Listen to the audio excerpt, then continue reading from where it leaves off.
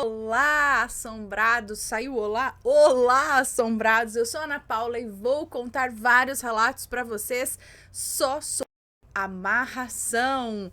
Aquelas coisas que acontecem que, na verdade, na grande maioria das vezes que a gente vê aqui, nunca dá muito certo no final das contas. Sempre tem um quiprocó. Então vamos ver alguns desses relatos, mas não antes de você deixar o seu like neste vídeo e também dar uma passadinha, não precisa ser agora, depois dos relatos, dá uma passadinha na Loja Assombrada, nossa loja virtual, lojaassombrada.com.br. Temos vários produtos lá, camisetas que brilham no escuro, boné, nosso livro assombrado, a história do canal, a assinatura da caixa assombrada ou a compra da caixa de forma avulsa, tem essa possibilidade também. Enfim, dá aquela fuçadinha que tenho certeza que você vai gostar. Agora sim, vamos com os relatos desta coletânea temática de hoje, amarração. Elaia, vamos ver. Primeiro relato de hoje, resultado de amarração. É uma moça que nos conta. Vou contar o meu relato para que sirva de exemplo para outras mulheres que apelam para amarração amorosa. Eu fui casada por 14 anos e, na época, eu morava no interior paulista. Depois de uma separação e reconciliação, resolvi entregar a minha vida a Jesus, mas ainda assim eu não consegui levar o casamento adiante. Então, por meio de um projeto da igreja que eu frequentava, voltamos a morar em Minas Gerais, onde coloquei fim ao meu casamento e saí de vez da igreja. Agora vem a parte sobrenatural. Eu comecei a trabalhar e uns 3 meses depois eu conheci um rapaz. Me encantei logo de cara, porém não fui correspondida. Insisti até conseguir fazê-lo me notar, fazer com que ele me notasse, né? Quando finalmente começamos a trocar mensagens, ele me chamou para sair. Quando finalmente começamos a trocar mensagens e ele me chamou para sair, acredito que é isso. Saímos e foi tudo muito bom. Depois de 2 meses já estávamos nos vendo todos os dias, até que um dia, do nada, ele veio até minha casa e disse que não iríamos mais nos ver. Que ele estava indo para outra cidade, blá, blá, blá, blá, ou seja, ele me deu um fora. Na hora eu me despedi e ficou tudo certo, mas quando descobri que era tudo mentira dele e que o verdadeiro motivo era a reconciliação dele com uma ex dele, aí eu fiquei cega de raiva. Nos dávamos tão bem, por que terminar assim? O que nem tinha começado? Por que terminar assim o que nem tinha começado? Ele ainda troca... Por quê? Já era para dar um tchau bem dado nessa, porque se ele preferiu já voltar lá com a ex e... dá linha! Não quero ninguém assim comigo, não. Bom, continuando aqui. Ele ainda trocava mensagem comigo, mas eu não falava que sabia a verdade sobre ele ter me dado um fora. Eu estava me corroendo de raiva dele. Ah, isso sim, a gente fica morrendo de raiva. Mas dá linha. E ao mesmo tempo, eu estava com raiva e ciúmes, pois ele era muito bom para namorar, assim.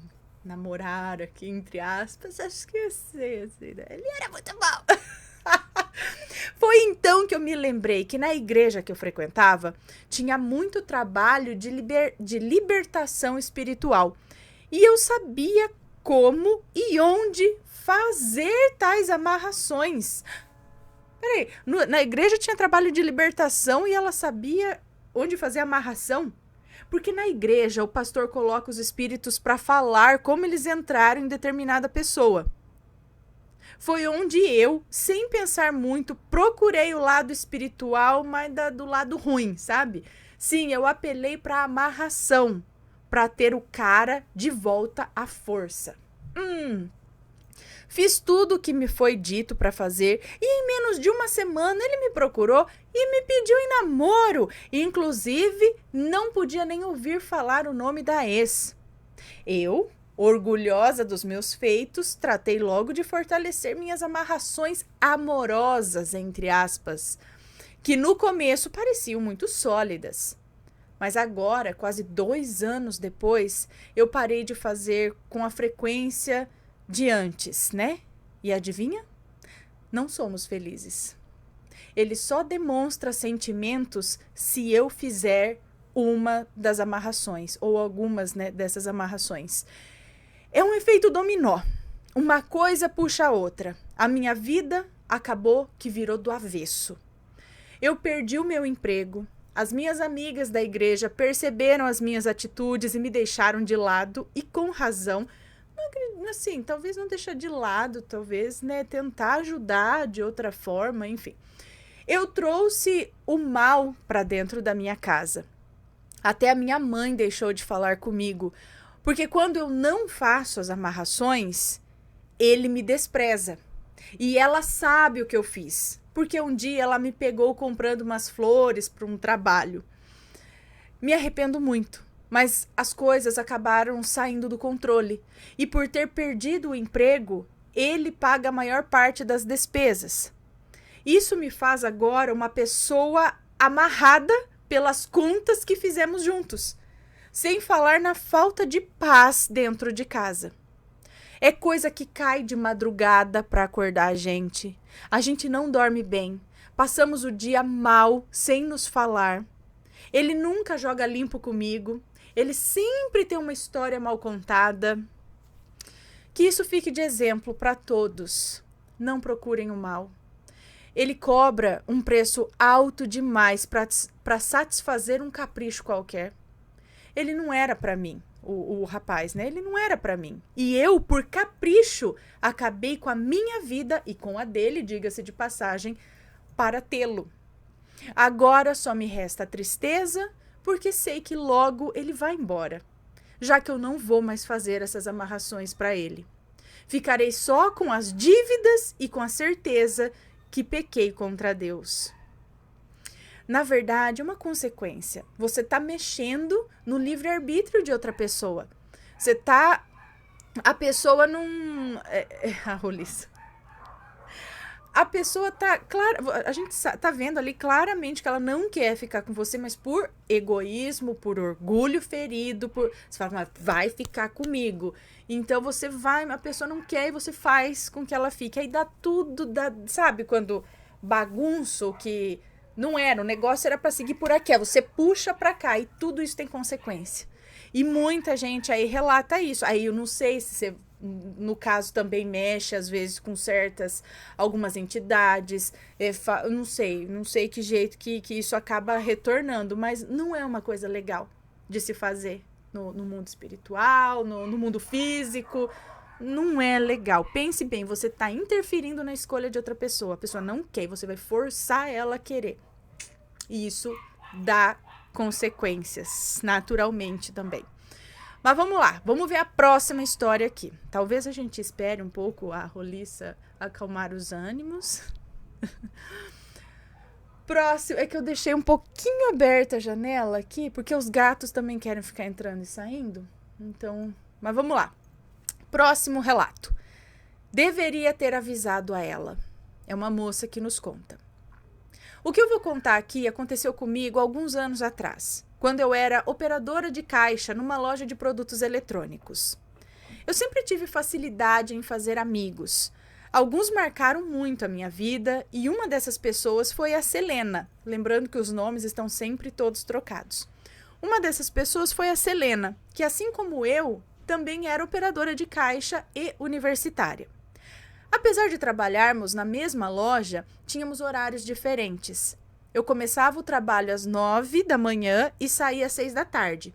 E a Selena chegava às 1 da tarde e saía às 9 da noite. Um dia eu estava voltando do almoço e a Selena não havia chegado. Quando deu por volta das 2:30 da tarde, Selena apareceu meio atordoada, dizendo que uma das rodas de seu carro havia saído enquanto ela estava dirigindo. Todos nós ficamos preocupados, mas ela estava bem e o carro estava na oficina. Por isso ela havia chegado atrasada. Cheguei em casa destruída.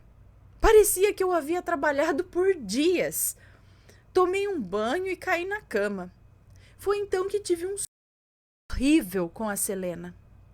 No sonho, eu estava na minha casa, onde estava tendo uma festa.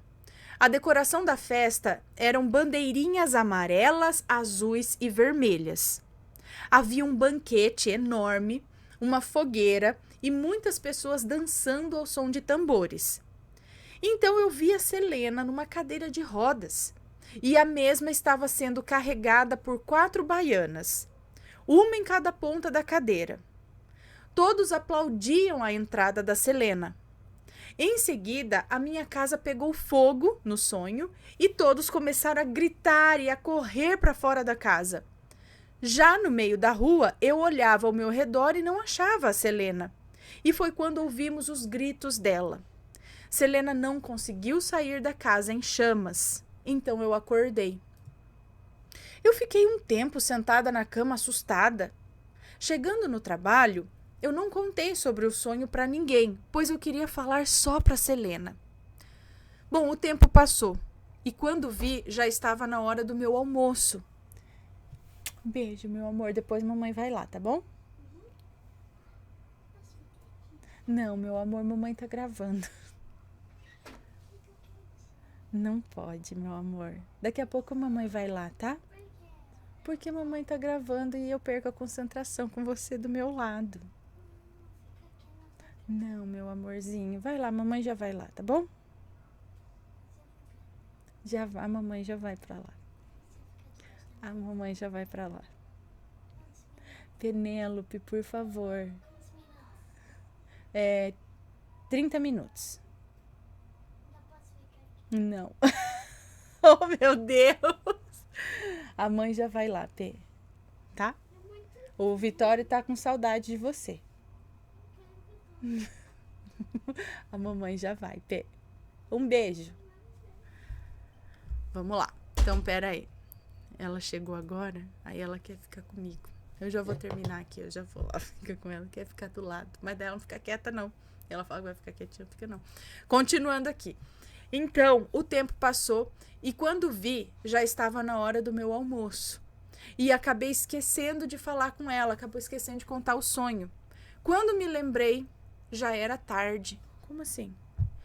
Ao chegar no caixa onde Selena ficava, percebi uma movimentação estranha. Foi quando outras colegas me falaram que ela havia passado mal e tido uma convulsão. Então chamaram uma ambulância e àquela hora ela deveria estar internada. Bom, no dia seguinte, ao chegar do trabalho, vi vários terços e papéis com orações grudados no armário da Selena. Passei um tempo ali achando que eu deveria ter sido uma amiga melhor, sabe?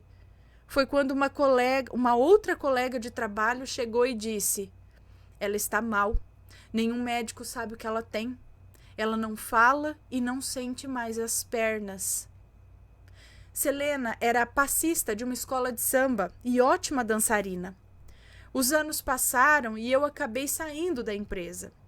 Um dia, encontrando um ex-colega de trabalho que era pai de santo, descobri que a Selena havia feito um trabalho para amarrar um rapaz e a entidade o amarrou para ela. Porém, Selena não pagou o que a entidade havia lhe pedido e essa entidade a deixou na cadeira de rodas. E foi só as orações das pessoas que amavam a Selena que não a deixaram morrer. Selena voltou a andar quase 3 anos depois, através de muita fisioterapia. Eu nunca contei isso a ela e me arrependo. Gente, ó, então, é aquela coisa, foi um acordo, não foi? Eu faço isso pra você, o que você tá querendo, mas eu quero isso. Senão tem consequências, é isso? Gente, eu não sei, eu não entendo.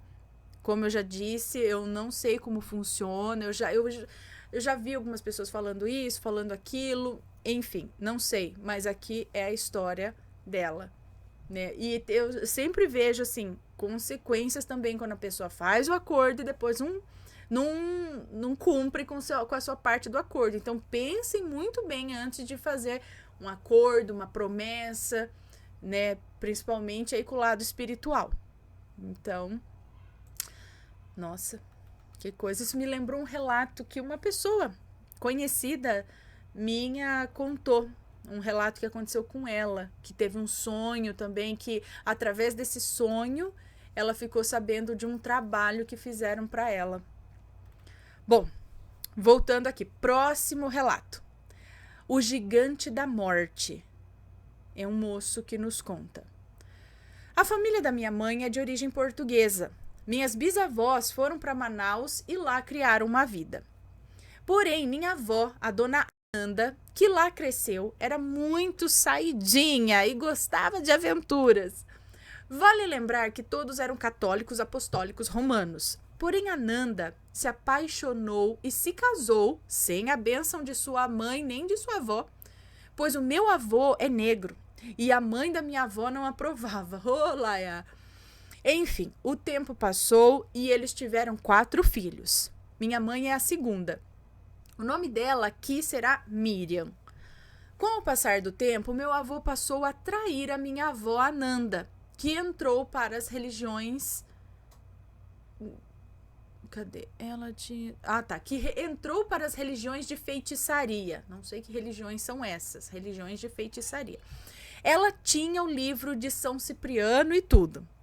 Ananda fazia tudo quanto era amarração para ficar com ele, com o marido que atraiu, é isso? Várias vezes, e enfim. Ela fazia tudo quanto é amarração para ficar com ele, mas no final eles se separaram. Minha avó Ananda ficou com 4 filhos para cuidar. Por sorte, ela era muito trabalhadora. Porém, ainda continuava envolvida com a feitiçaria. Até que certo dia aconteceu algo bem sobrenatural. E a partir de agora é minha mãe Miriam contando essa história. Ok, então vamos lá, mãe dela agora contando. Bom, era um final de semana comum.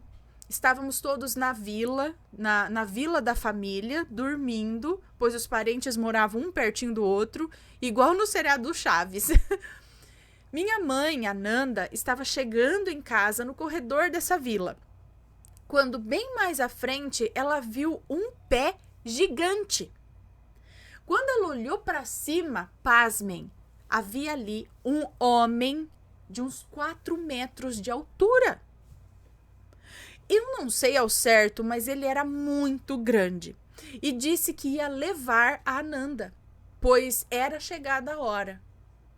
Ele parecia aqueles gigantes de filme, era muito feio e barbudo, e suas roupas eram iguais às de um homem das cavernas. Seus olhos eram como de fogo e havia muito ódio em seu olhar. Só que Ananda estava com seu irmão Jonatas. Eles tinham vindo de um bar e o Jonatas, quando viu o gigante, ele também viu. Quando o homem viu, o Jonatas viu esse gigante, pegou um terçado, que é um facão grande, e bateu no pé do gigante, que sumiu do nada, na escuridão. Na mesma noite, ouviu-se gritos de uma mulher pedindo socorro próximo dali. No outro dia, essa mulher foi encontrada sem vida e amarrada numa árvore, com coisas estranhas escritas no corpo. Essa mulher também mexia com esses feitiços. Ananda disse que era para ser ela, e talvez era para ela ter sido morta naquele dia, como talvez pagamento pelos feitiços que ela tinha feito. E ela disse que foi o gigante que atacou aquela mulher, mas que ela tinha sido poupada graças a Deus. E agora ela não conta essas histórias para ninguém. Miriam, minha mãe, viu tudo da janela do seu quarto da vila, por isso contou com detalhes. Ela viu também? Bom, agora sou eu de novo. Voltou aqui a moça. Agora sou eu de novo. O dono do...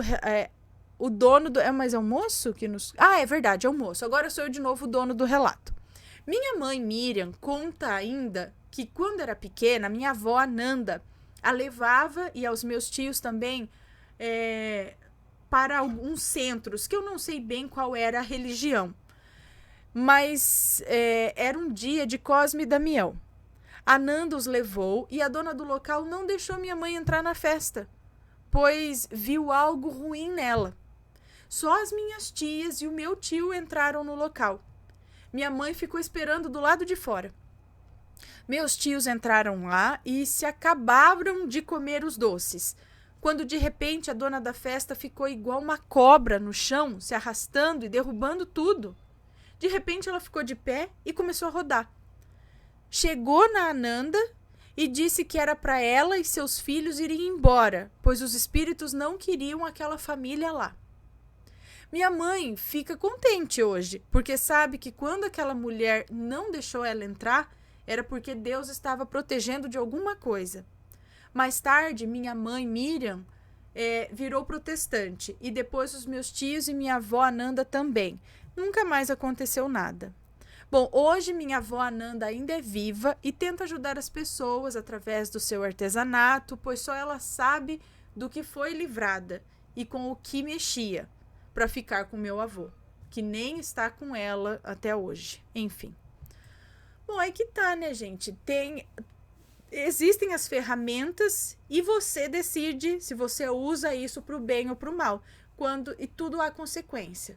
Se você usa para mexer no livre-arbítrio de outras pessoas, fazer coisa geralmente envolvendo qualquer outra pessoa, ou, né, vai dar consequência, vai dar coisa ruim, tá? Então é sua consciência. Tem gente que sabe que vai dar alguma coisa e continua fazendo, né? Fazendo mal para os outros, mas cada um sabe de si, né? Então, não é questão da religião ou disso ou daquilo, é da pessoa, né? Vamos lá. Próximo relato. A amarração do meu tio. É uma moça que nos conta. Esse é mais longuinho. Bom, a história começa em 1994. O meu tio, Cristóvão, era casado com a minha tia Adriana e tinham acabado de ter sua primeira filha, Isabela. Tudo corria bem e estavam felizes demais. Depois de 4 anos, nasceria seu outro filho, o meu primo Adilson. Todos felizes, principalmente por ele ter o mesmo nome do meu avô. Meu avô ficou feliz e todos estavam comemorando. Após alguns anos, Cristóvão conheceu uma mulher, a Joana, em uma de suas viagens, pois ele é caminhoneiro. Joana é uma mulher rude, bem grande, se é que me entende. Não tem beleza alguma, digamos assim, muito menos algum charme ou algum carisma. Após conhecê-la, o casamento do meu tio desandou demais. Briga após briga, xingamentos e tudo que tem direito, não há briga de casal. Após isso, lá pelo ano de 2007, Cristóvão e Adriana se divorciaram. Muitas brigas estavam acontecendo mesmo. Então, de repente, Joana mudou-se para a cidade. E qual não foi a coincidência? Ela mudou-se para a mesma rua em que Cristóvão morava. Papo vai, papo vem, eles se aproximaram, conversando bastante e mesmo ele frisando para a família toda que não gostava dela, mas que por algum motivo continuava falando e se envolvendo com ela, de repente decidiu casar com ela. Se casaram e ela deu bucho. Cearenses para engravidar. Ela engravidou. Ela deu bucho. Engravidou e teve sua filha, a minha prima, Marli, que não minto, é a aprendiz da Joana. As duas são parecidíssimas, mentirosas compulsivas e até hoje causam muitas intrigas na família. Que por sinal é enorme, né? Mas é muito, muito próxima e ligada à família, é isso? São 9 filhos dos meus avós, mais de 12 crianças nascidas desde 2012, mais de 24 primos e até hoje somos muito próximos.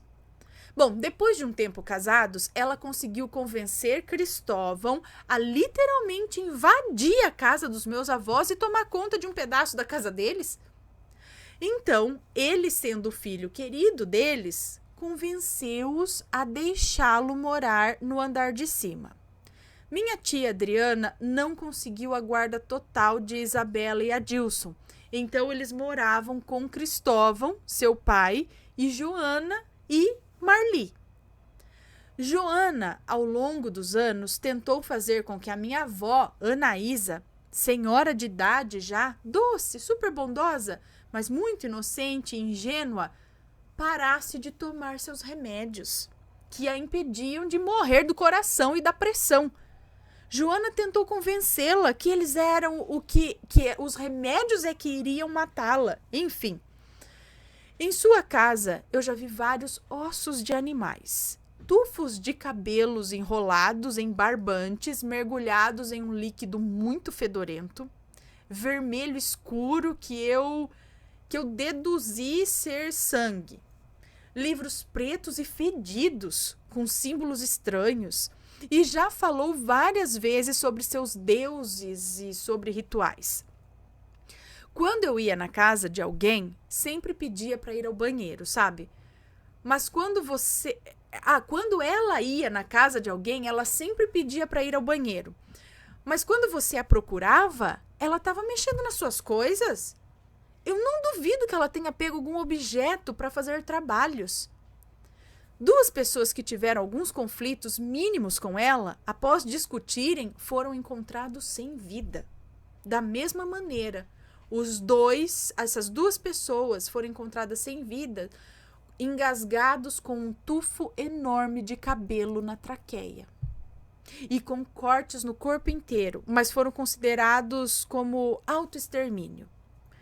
Joana mentia sobre tudo, mentia para os meus outros tios, mentia para os meus avós, fora o desrespeito e as brigas que ela causava. Cristóvão, até hoje, não entende por que está com ela, mas insiste que não consegue se separar, que algo não deixa. Joana maltratava a minha prima Isabela, a filha mais velha do meu tio. Não é exagero, não. A Isabela era literalmente a gata borralheira lá. Joana não a deixava sair, a obrigava a lavar e limpar tudo da casa. E isso ela só tinha 14 anos. E foi assim até seus 20 anos quando ela se casou. A casa em que Cristóvão morava era em cima da dos meus avós.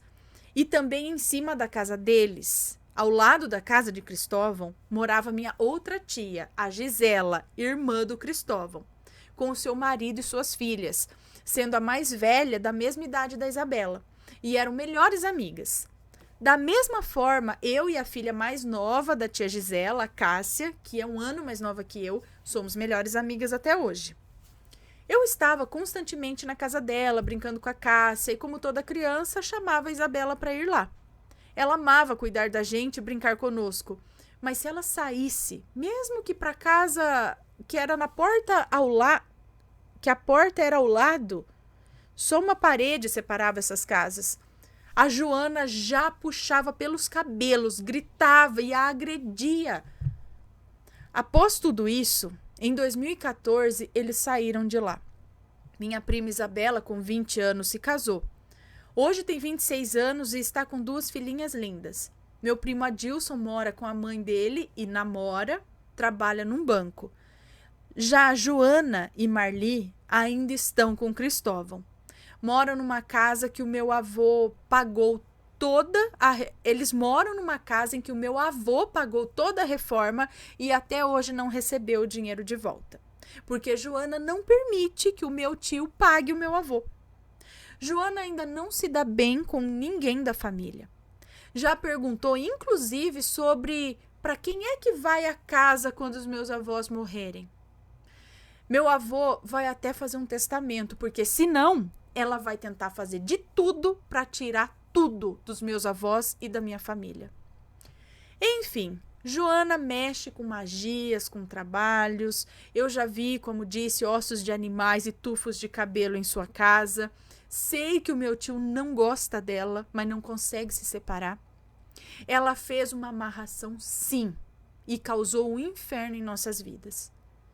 Termino este relato alertando para que todos abram os olhos, para que não sejam vítimas de nenhuma Joana também.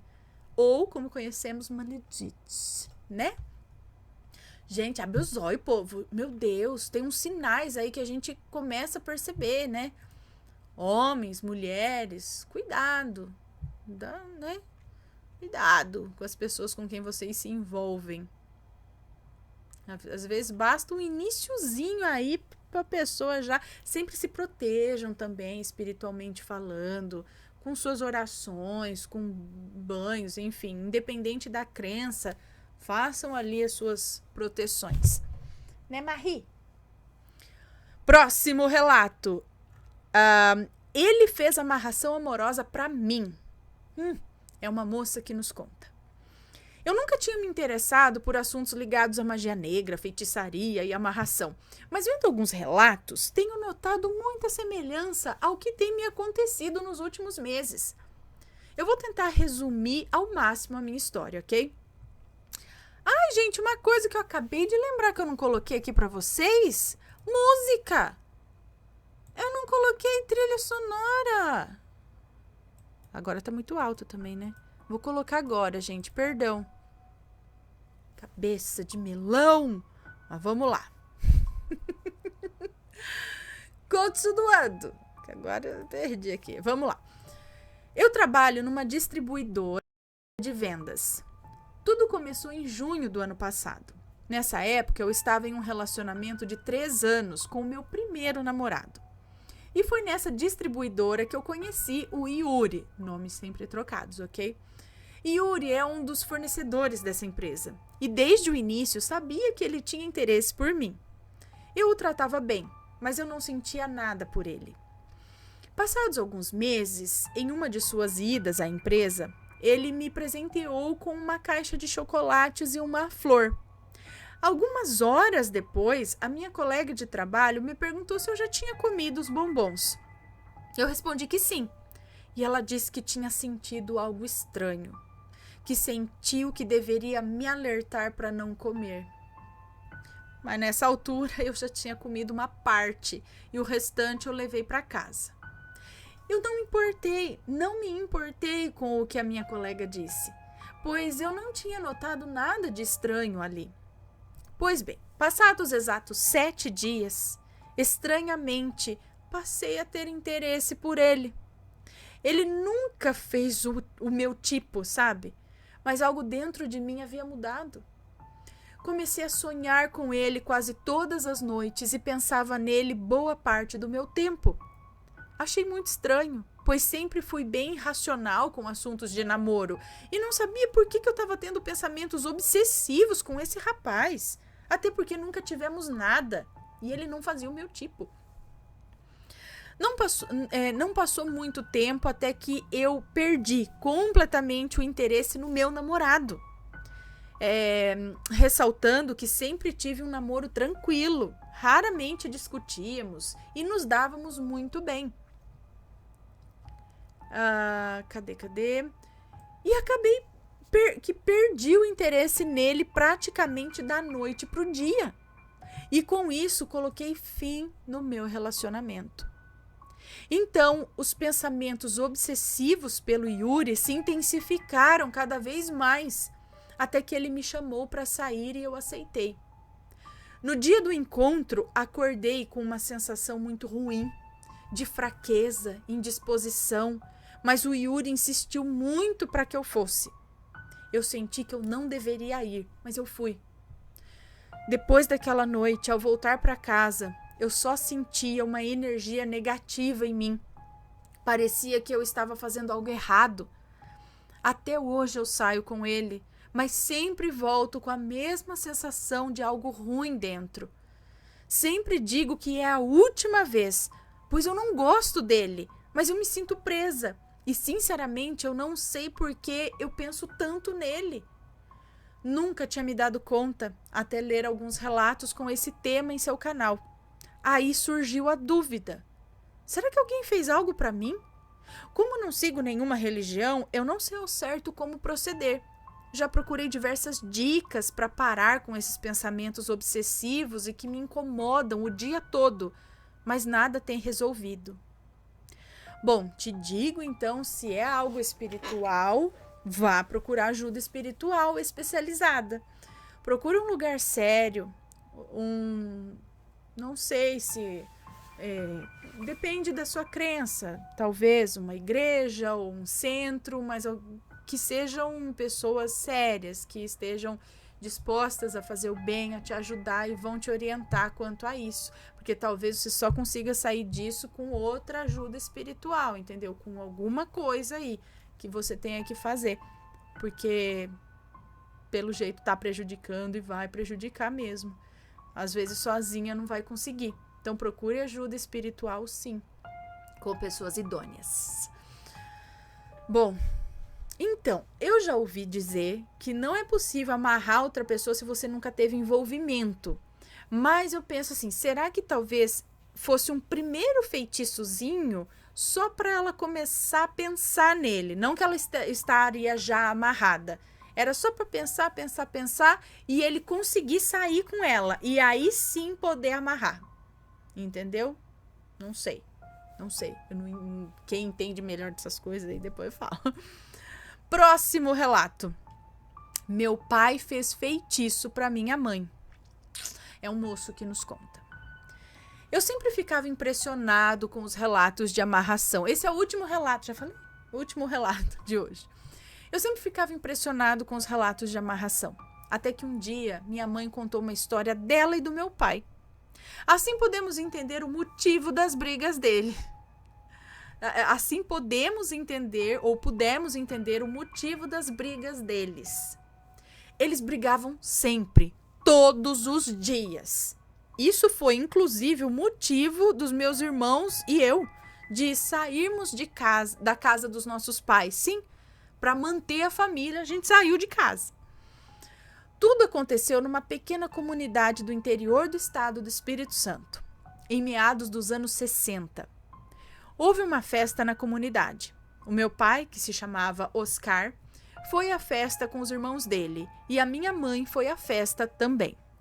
O nome dela é Melinda e ela foi com os pais dela, os meus avós. Então, Oscar viu Melinda perto da porta da igreja, após a missa já ter terminado. Oscar se apaixonou quando a viu. Então, ele sempre arrumava um jeito de ir vê-la ou conversar com ela, mas Melinda não dava atenção. Então, num domingo, Oscar resolveu ir na casa de um feiticeiro da região, para arrumar um jeito de conquistar a Melinda. Conversou com o feiticeiro Faustino, todos os nomes trocados, ok? Quando o feiticeiro ouviu o pedido do meu pai para conquistar a minha mãe, Faustino foi ao quarto, pegou uma caixa de madeira. Pediu ao meu pai para abrir a caixa e então ele viu um espelho. No espelho, ele jurou que viu a minha mãe sentada na cama, no quarto, na casa dela. Oscar ficou admirado com o espelho mágico e pediu ajuda a Faustino. Então o feiticeiro fez uma amarração para Oscar conquistar Melinda, mas o advertiu para que nunca nem sonhasse em contar para ela sobre a amarração, porque se ela soubesse do feitiço, tudo na vida deles seria um inferno. Oscar não prometeu não falar isso para ninguém, sobretudo para Melinda. Oscar então prometeu não falar disso para ninguém, principalmente para Melinda. E assim foi feito o trabalho. No outro dia, Oscar viu Melinda, conversou com ela e assim começaram a namorar. O amor deles era muito grande. Então, em pouco tempo, eles ficaram noivos e depois se casaram. O casamento deles era maravilhoso, nunca brigavam. Sempre um ajudava o outro, tiveram 8 filhos, sendo eu o 7º deles. A vida era muito boa com a minha família, até que um dia de ano novo, Oscar bebeu muito e sem querer falou para minha mãe que ele tinha visto um espelho mágico na casa do feiticeiro Faustino. Sem perceber, ele contou tudo para minha mãe. A partir daí, parecia que um raio tinha caído na minha família. Tudo virou ao contrário. Todos os dias eles brigavam. Então, Oscar saía todos os dias para beber no bar e gastava todo o nosso dinheiro no vício da bebida. Meus irmãos e eu passávamos dificuldades e chegamos até a passar fome.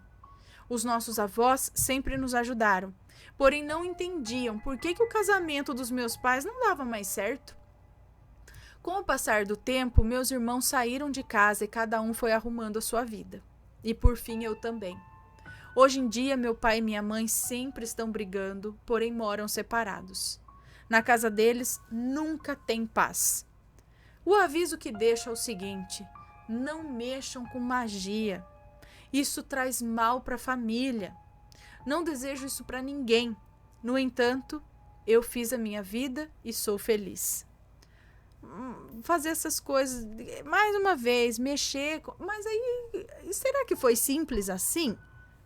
De ir lá, fez um feitiço e aí ele conquistou e não sei o que, e pá, e foram anos felizes, contrariando o que a gente vê aqui, que logo após a amarração já começa a dar um quiprocozinho, né? Umas coisas assim. Bom, não sei, mas nunca. Não é legítimo, não vira, não dá certo. É só por um tempo, é sempre só por um tempo. Bom, pessoal, você aí tem uma história desse tipo? Envie o relato pra gente. Tem algo a comentar? Se for comentar, que seja com respeito, ok? Esta foi a coletânea temática de hoje. Um beijo pra vocês e a gente se vê no próximo relato. Fui!